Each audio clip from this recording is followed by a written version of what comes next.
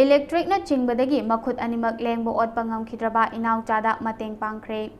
कैनबैग industry की proprietor Longjam Kennedy अमदी महाकी लोइनबी Longjam रीनाना सलुंगफम मनिंग लेकाइदा लेबा नावरेम माधवी की मचानुपा इनाउचागी ईना कुपलबा युम युरबन नोंग युरबा युम्बु तिन्ना कुपीखरे लोइनना अवातपा कयासु mateंग पांखरे हाइरी।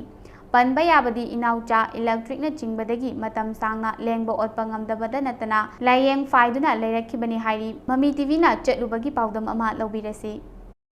तांगना फंगजबा मियोइबगी मपोक असिदा कन्नसु नोमदुना हिंबगी वाहनथोक फंगनब होटनबना मियोइबा अखोइगी थौदांगनी।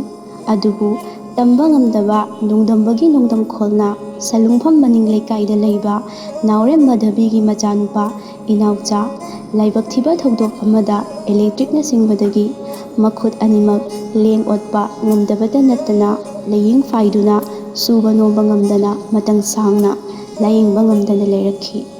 इनाउचाना नोंमगी सुरगा फंगलकपा खुशुमन्ना चलाइजरंबा इमुंग असे ngasidi चाखुम मई मुत्री हाइबदुखक मंगाइरे। नोंजु थाना लाकपदा ईना कुपलबा नोंग युरबा युम अदुबु पुक्चेल चाउना थांगमैबन मिसनाम लेकाइदा लेबा कैनबैग इंडस्ट्री की proprietor Longjam Kennedy अमदी महाकी लोइनबी Longjam रीनाना social media दा थागतपा वीडियो अमा उरुबदगी थमोइ सोकना नुंगाइतबदगी युम अदुबु तिन्ना कुपीखरे लोइनना अवात अपा कयासु mateंग पांबिखरे। असुमना लमदम असिदा लेरिबा पुक्चेल चाउरबिसिंगना अवाब नंगलबा इमुंग असिबु अमदी इनाउचागी लायेंगबदा mateंग पांबियु।